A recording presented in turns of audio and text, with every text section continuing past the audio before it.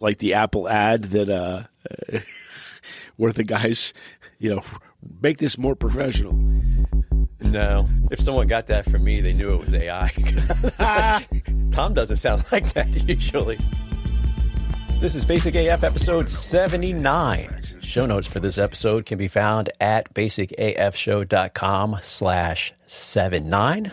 This episode, we're going to talk about Apple and Google teaming up again on the new Siri and more, plus a new app bundle from Apple, the Apple Creator Studio. What's up, everybody? Tom Anderson here with Jeff Battersby. Jeff, how you doing, buddy? I'm all right, man. This is what I was going to tell you before we recorded, but I'll tell you to you now that when I went to the neuro-ophthalmologist a couple of weeks ago, he said my eye was droopy. So we're being more and more like twinsies, Tom, every day. Good. I've been doing some exercises for mine, which is really weird because the camera flips it. So it's my right eye, I've been on the thing. It's the left eye, and I'm totally confused. Let's just get on with the show, shall we? We don't want to talk about droopy eyes. No, the reason I said that, though, is we have video so we can see each other talking, and I can see it. It's a little bit. My right eye does droop a little bit, and that's the one that's still numb. So, yeah, we definitely are matching. That's mine too. Yes, great. Yeah, awesome, great. Glad you've got some exercises. You can send those to me on the side. Yeah, be happy to do that. Okay, great. So news this week, Jeff. As you know, we're all waiting for the new and improved Siri. And what, really? It's supposed to be this spring, at least start of it, right? We know it's not going to be everything rolled out at once, but at least the first kind of, here it is, and I'm sure it'll probably be beta.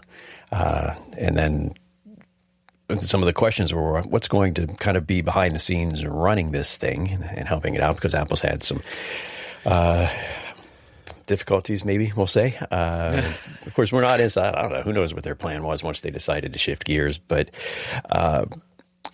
so they were doing their evaluation on some different platforms and what was going to power it. And of course, they've got their Apple Foundation models that run on device, and they've got the private cloud compute, which does a lot of stuff too.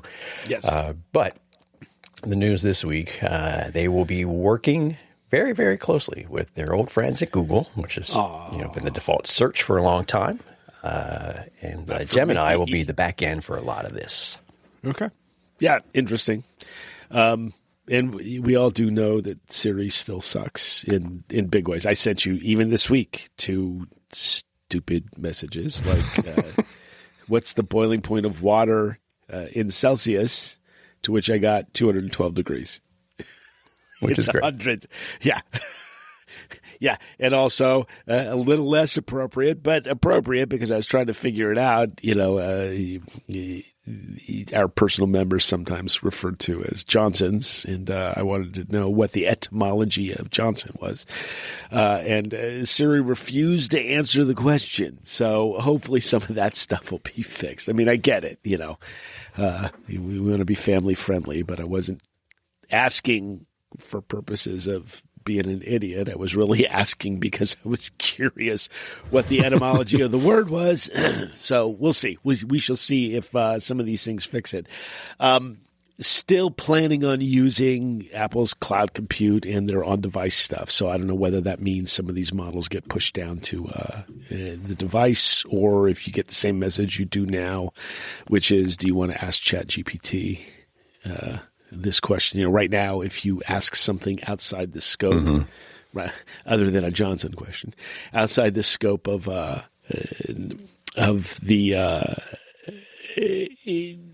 what Siri is capable of on board, you get the question: do you want to ask ChatGPT? And I presume, I would hope that we bypass that little extra step when it comes to Gemini integration. But I don't know. Do you have any ideas about that? It seems like it will.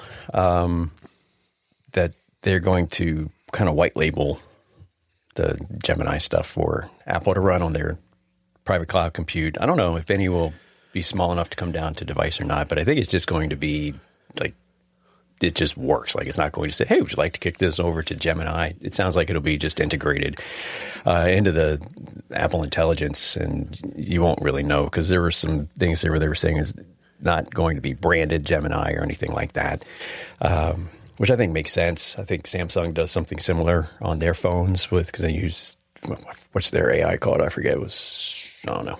But it's powered by a lot of Google stuff as well. I think it's a good move. Just didn't feel like Apple could keep up on the models and everything. And Google has, they were a little behind too.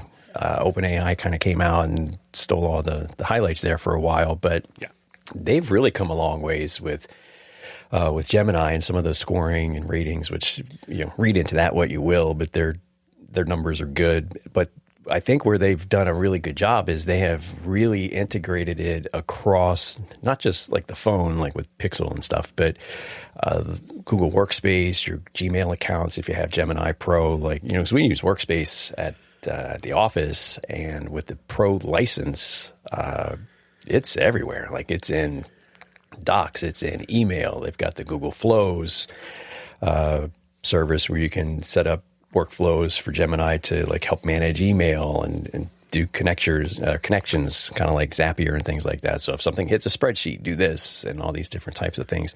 And it's working really well.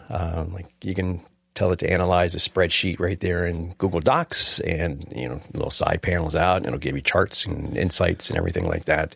So I think they're really positioned well with it. So I think it makes sense that Apple selected them. So we'll just have to wait and see. Hopefully we'll see this in 3 or 4 months, at least the start of it. Because that's what they're saying, sometime in the spring. Which it's snowing outside at my house right now. But, none here, but it's cold. Yeah. It's really cold. Oh, it's definitely cold. So we'll see. We'll see in the springtime how this plays out. Me, I'm still reticent about this stuff. I do use some things occasionally.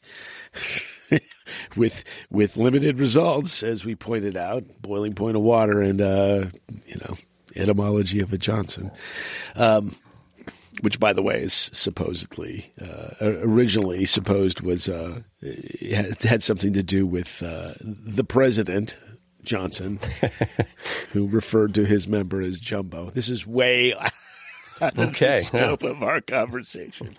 But the reality is 1800s is when that terminology came into being. Because if you do a Google search on it, you actually do get the answer that you're looking for. Or in my case, a DuckDuckGo search. So I still don't use this all that much. I'm disinclined to use AI for anything or much of anything other than what I might normally use a Google search for, which this will be good for Google because everybody and their brother's using either Claude or ChatGPT or one of those services now in place of Google, which is not great.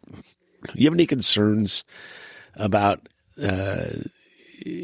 Google being able to use, because one of the features of this is you should be able to have chat histories. So if you bring something up, that you asked 2 days ago, it should be able to continue down that path. Do you have any concerns about any of this information staying with Google, or is Apple, do you think, going to keep it in their little private island? I suspect they'll keep it in their private island is how I suspect that would be. Okay. Yeah, I think that's probably part of the terms because it's not, from what I've read anyway, I don't know, haven't seen really the technical documents. Of course, nobody will unless you work there, but it sounds like it's going to be running on Apple's stuff. Apple can tune the models themselves as they need fit, but they can also reach out to Google to have them do that. So I suspect, and again, this goes as far as you trust Apple's stance on privacy, which has been a big thing for them.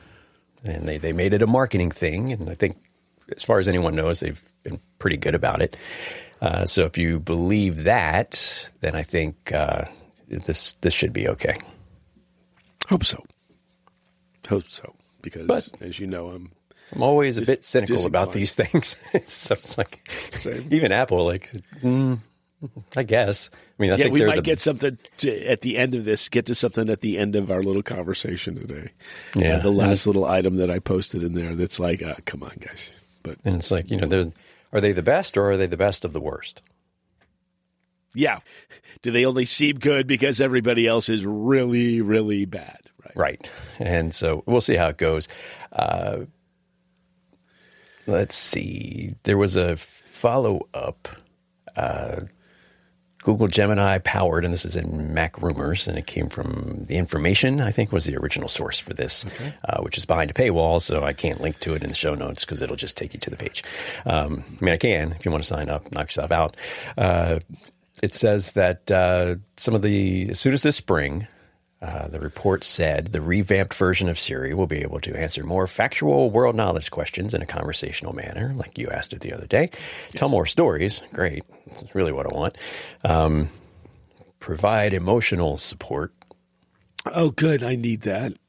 Mm-hmm. And then apparently from what, I think it was, I don't know if Gemini or Google's reported on any of this or not, but I think OpenAI said a lot of people were using it for that, which is wild to me. Yeah. Right. But assist with more tasks, such as booking travel. So that sounds like it's maybe some agentic stuff there. Create a document in the Notes app with information, such as a cooking recipe. So maybe you're looking at something there on the web and say, hey, add this to Notes or something, and it'll just do it. Yeah, that's kind of interesting. Yeah. That's again, all of that, not stuff you can't do in other places now. So it'd be nice to just have Apple have it built in because you can do that in different applications with their AI stuff. Knowledge of past conversations and proactive suggestions based on information from apps such as Calendar. So yeah, it's going to be a slow burn. Nice potential, nice potential features.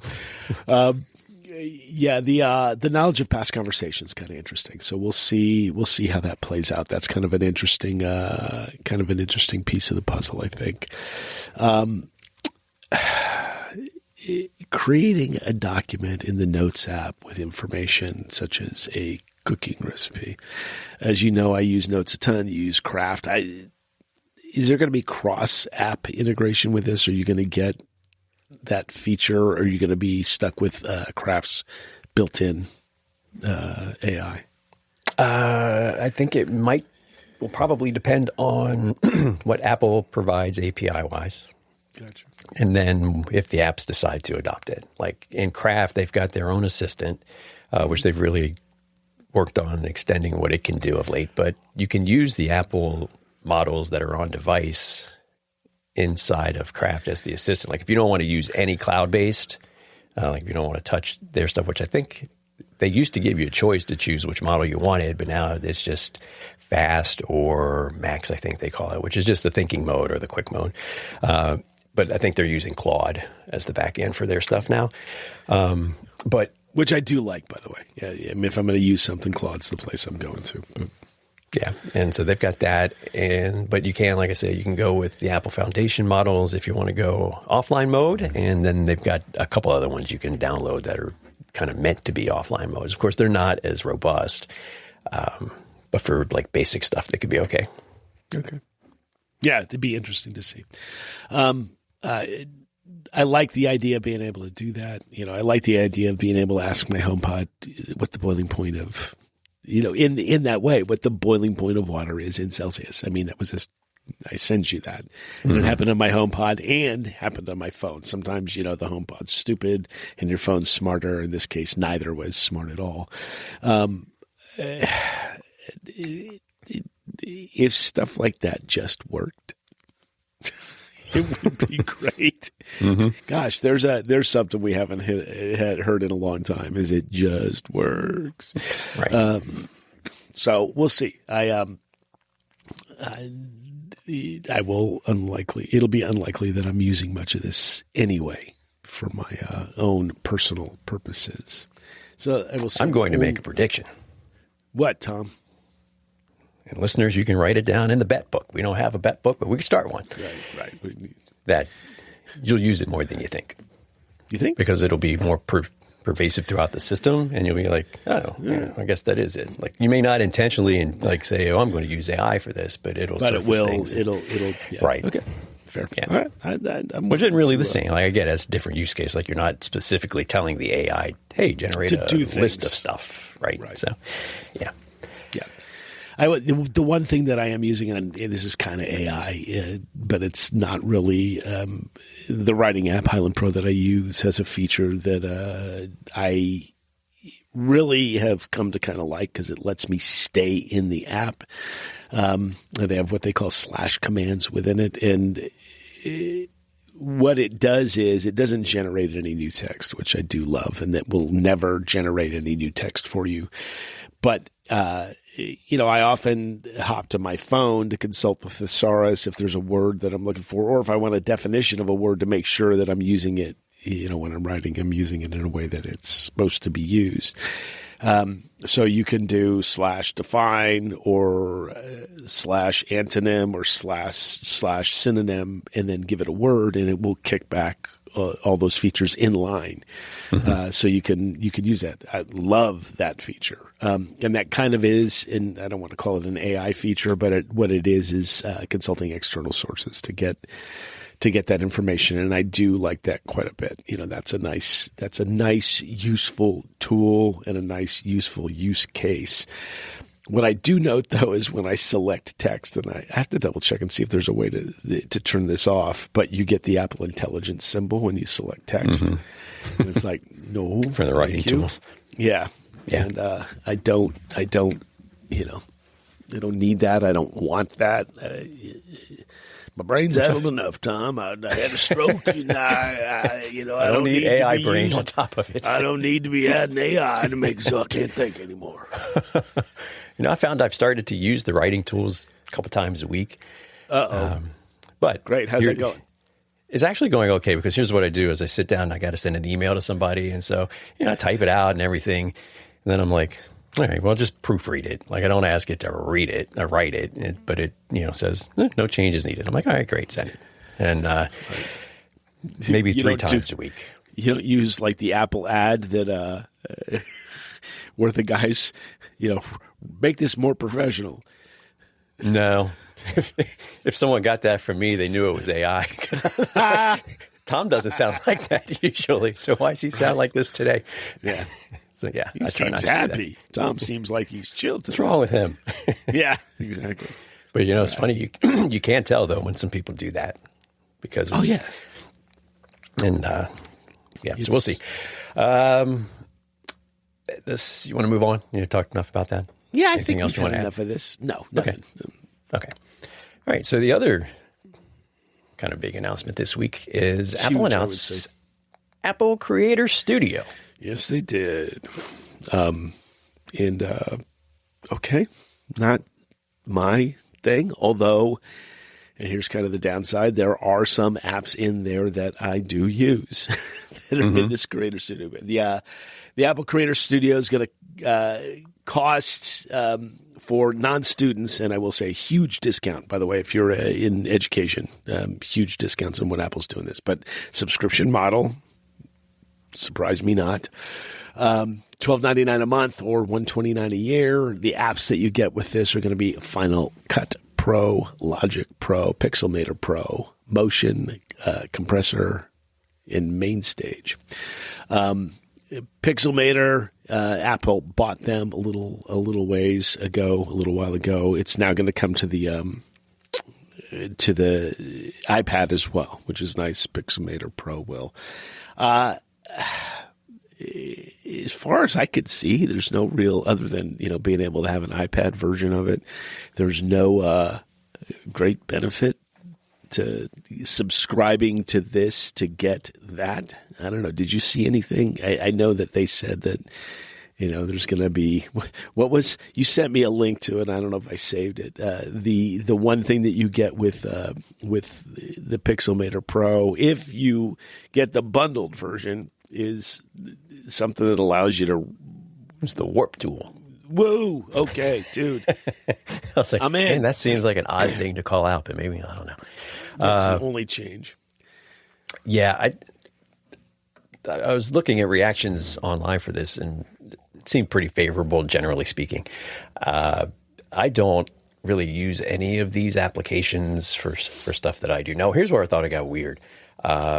So the included apps that you mentioned, Final Cut Pro, Logic Pro, Pixelmator Pro, and then Motion Compressor, MainStage. Right, those have been around. And Apple has, and they still do, I forget what they call it, but like the Creator Bundle for Education or something, where you get Final Cut. I think it's Logic Motion Compressor and Main Stage. It might just be Final Cut Motion Compressor and Main Stage, but it's good. It was a good deal. It was like $199 for all of those. Okay, and so that was has been around for a while. And the weird thing that I thought they kind of threw into this bundle was Keynote pages and numbers and freeform. Yeah, which are already on your Mac when you buy one anyway. Right, and you get. They've kind of become freemium apps of sorts right. because you you'll add get extended stuff. Mostly AI based, by the way. Right. Little enhancements to images and stuff like that. No mention at all of Photomator, which is an app related to Pixelmator Pro. I do like Pixelmator Pro. I use it pretty regularly. I don't use Photoshop, don't pay for any of that stuff, but I'm wondering, since I bought a standalone version of Pixelmator Pro, whether or not I get to live without all the AI features, without the warp tool. Not going to make it. That's deal breaker. I don't know. I was in the corner crying about it earlier. So, so I'm wondering whether or not I get to keep, whether that will continue to be updated because I made a purchase of that as a standalone. And my assumption is yes. I think it will be at least for a while because they're still selling it. Right. Standalone. So, I don't need anything else in the bundle. Keynote pages, numbers I use, but not to any extent that would require me to get a creator bundle like this. I think this is aimed more at professionals, people who are doing video, or I feel like maybe it's the YouTubers and right, maybe smaller places. And Adobe's, I think, still Adobe, but they're getting shots from different angles because they've got Canva's come onto the scene. I think they picked up the Affinity apps not too long ago. Did they? Mm-hmm. So Affinity Design and what was it? Those are Photo, good tools, maybe. Yeah. And they were making them free. But then, of course, there's free and also other things, I think. But so they've got that, and then Apple's got this suite of things here too. But I was talking to my brother the other day who does some video stuff, and he's on Premiere, and he tried Final Cut, but he said he just had problems finding the extensions that he wanted for effects and things like that, plugins. So he's sticking with that. But it's a nice bundle. Like if I had use for all of those, I think, and I didn't have them already, I probably would be inclined to do that because $129 a year is not unreasonable, I don't think. Yeah, for all of that. No, not at all. And then, of course, there's subscription fatigue, but at this point, that is what it is. And honestly, it makes sense to me. I mean, I know everybody whines about not having their copy of the application, but right, you get technically they never had before. It was a license. Of course not. Right, you had a license. I mean, no one really revoked the licenses, so it was more of you pay once and you use it as long as you want to, of course, but. But again, you go back as us being old dogs in this to like the 90s and think about... You are, but what am I? You're a really old dog. But think back to how much like when a new version of Office came out. $300. And this is, in the 90s. And Photoshop or that stuff was more than that. I mean, I feel like some of that was, especially like some of the video suites, I feel like they were $800-900. Mm-hmm. And so it's a trade-off. And that was in like late 90s, early $2000, not today dollars. So it's one of those, it's where we're at. Does it get a bit frustrating at times? Sure it does, because everything is a subscription and you end up paying $3,000 a year across the board for all this. And it's like, because it's not just software, it's, your Netflix, your Hulu, your Disney, your Apple One subscription, your other applications you're using, like Craft and Picket, and all of them are like that. Right. And I think that's where the frustration comes in, is that it's just all of it. It is all of it, but you're, in my mind, it's just amortized as opposed to, paying out a chunk now. I'd rather pay $129 a year than $400 every 2 years for a new version. Right. Which is what we used to do. Right. Easy. which sucked. So, Totally. I mean, I remember you get like a utility. Remember those speed doubler and RAM doubler utilities from Connectix? I do. And they seemed like a deal because they were only $40. It was one time, but then when a new version of macOS, or what I think they name called System 7, you'd have to get a new version. So it was another $40, which would be about $3 a month if you subscribe to it. So same thing. It is. Hasn't changed. Just, ubiquitous and a sense of ownership that you didn't really have. But not coincidentally. Yes. 2025 marked a record-breaking year for Apple services. Jeff, I wonder why. Oh, I don't know. I have no idea what you're talking about. How would they possibly make so much money in that? Yeah, they're making bank, Tom, off of subscriptions and services and things of that nature. And honestly, a friend of mine gives me a ride to physical therapy, and she listens to Spotify. And, dude, I want to put a bullet in my head every time I hear an ad on Spotify. Because it's like between every song, you should get toenail clippers from the Toenail Clipper Company or whatever the heck it is. Apple Music, the Apple One bundle, which is honestly quite good, is with some really great content. I know you don't watch anything, but there's a lot of good content on the service that everybody laughed at when Apple got into it a few years ago, which was producing television and producing movies. And they've kicked some serious butt and made some really good things. Apple Music to me is still, even though it sucks in some ways, still the best streaming service that I've used. Got access to everything, costs nearly nothing, no ads. So yeah, it's no wonder that Apple's making money off of these things. Mm-hmm. Then you throw in your Apple Care plans and all that other stuff. So right, making a mint. Exactly right. Yes. And a side discussion that excuse me, came along side with quest, Tom. Well, that's better than a side piece. So, like I said, go back to that drama-free life, friends. Just keep the drama out of your life. It's easy. There you go. Something that came out as a discussion with this, because with the Creator Studio applications, their icons apparently are going to be different than the standalone icons of these applications. Yeah. And I'm pretty sure you can have both versions on your machine at the same time, which is wild. That is interesting. But the discussion came up about the quality of the icons, Jeff. Tom, what do you think of these? I think they used Image Playground to make them.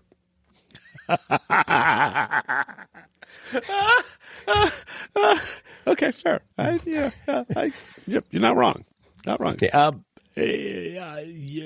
I got this is one of a couple messages from our friend Benjamin Young Savage, who sent me a picture of this and was like, what the actual. We should just have him on, have him talk about it, because he is a designer. He does stuff like this. I kind of like him, Tom. I like I like these icons actually a lot. Although, since I'm doing grayscale on my phone and pretty much all my other devices, I don't think they're going to be that great in grayscale. But as far as they look, now they're kind of candy-like to me. They're like delicious looking. I don't know. I like them, Tom. What's your feeling? I think they're very bland. Yeah, what makes you say that? Because I don't see that.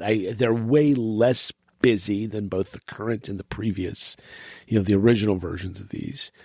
They're simple, straightforward. So what makes you? Maybe that's why you think they look bland, because they're, I don't know, simple and straightforward. I don't want to speak for you. Mm-hmm. So, Basic Apple Guy posted a image that's got the original icons for these going back years to the current, and then has the Creator Studio versions of these. And I think I commented to you, maybe I put it on Threads. I was like, they're not as bad as the disk utility icon in Tahoe, which is atrocious. But at the same time, I don't know.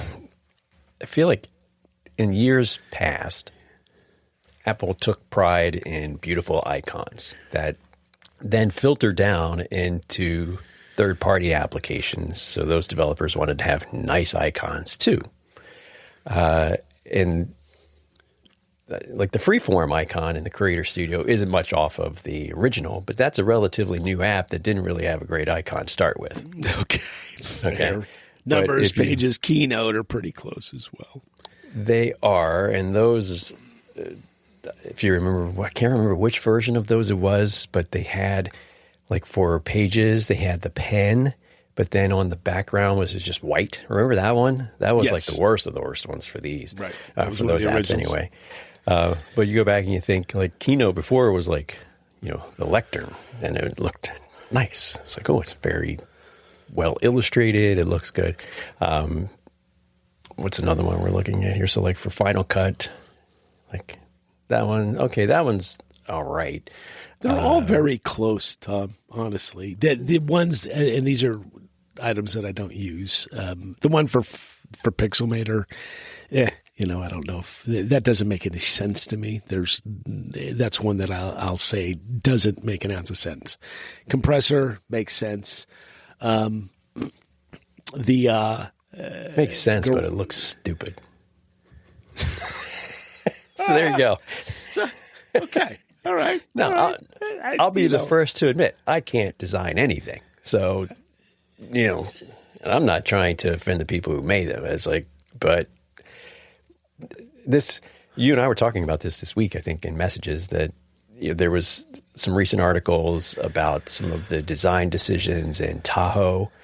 Yeah. With the rounded corners on the windows and some of the icons there and the menu icon or the icons in the menu bar. Yeah. And so I think just some people, it's like Apple's kind of going in this other direction. And part of it is it's just different. But I don't know. It just feels less than great and looks less than great in some places. And some of it just works less than great. Like one of those articles with the windowing thing with the corners in Tahoe was like the area where you grab the window to resize it was flipped. Like you used to be able to grab it on the inside. Now you've got to grab it on the outside. And I've noticed that too. Like they seem harder to get.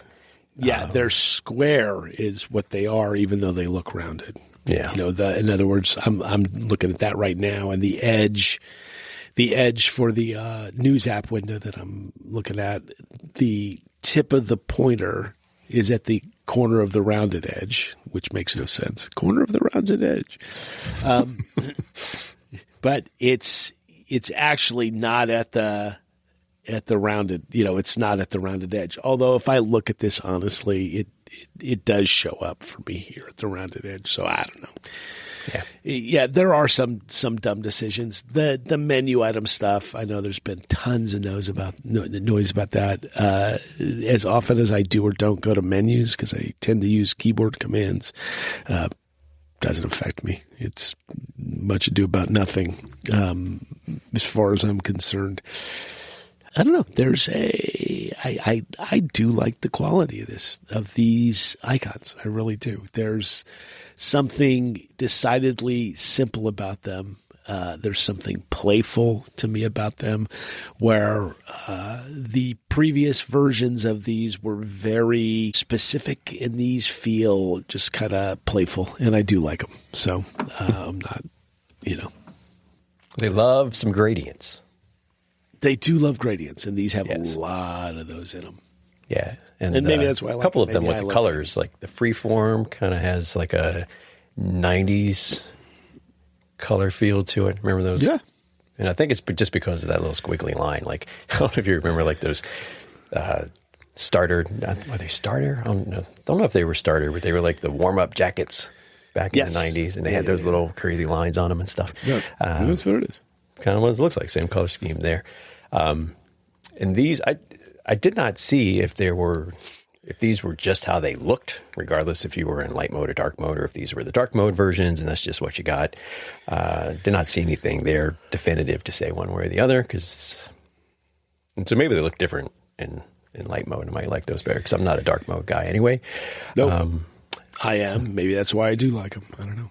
Could be. You're not used to any color, so you see these and you're like, wow, these are great. Yeah, look at how pretty. They look very pretty. Yeah, I don't know. That could be it as well. But I do find them appealing. I like them. Benjamin does not. He thinks they're stupid.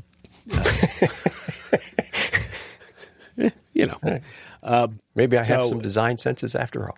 I can't design, but maybe I know good design. You might. You know what looks good when you see it. Sometimes, or what it looks like when you see it. To use the. Can't remember what judge it was. But. Right. And I mean, at the end of the day, does it really matter? Nobody sits and just looks at the icons and I think in the grand scheme, it's like, okay, well, what's this mean for Apple's design stuff going forward? But I don't care enough about that. Nobody sits and just stares at icons other than designers who are maybe studying them for some reason or another. But once it's installed, you open it, you just get to work. Who cares? Yes, right. That's kind of what I was saying about the menu items too. I don't care. It's not like the Notes app where it's ugly in your face all the time.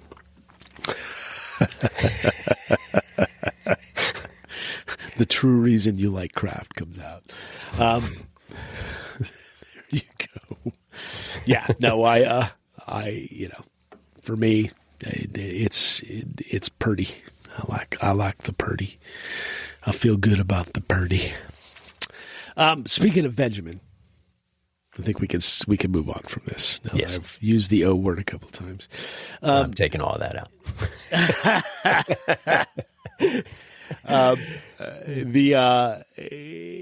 Benjamin sent me this morning a link to a 9 to 5 Mac article with a sweary face emoji. That angry one with all the filthy words blocked out, that Apple is testing out a new App Store design that blurs the lines between ads and search results. In other words, now, if you search for something in the App Store, it gets a little blue box around it that clearly lets you know that what you're looking at is an ad. There will still be ads, at least in the current version.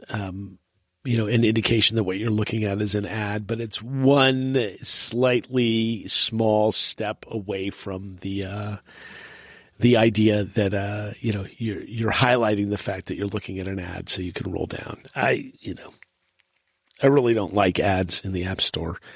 I know why Apple does it, because that's how you get big services numbers. Did you hear 2025 was the best year ever? I did not.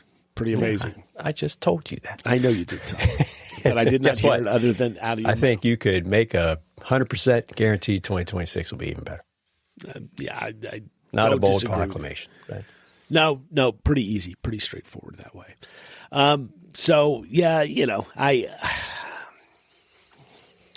I get why Apple does it.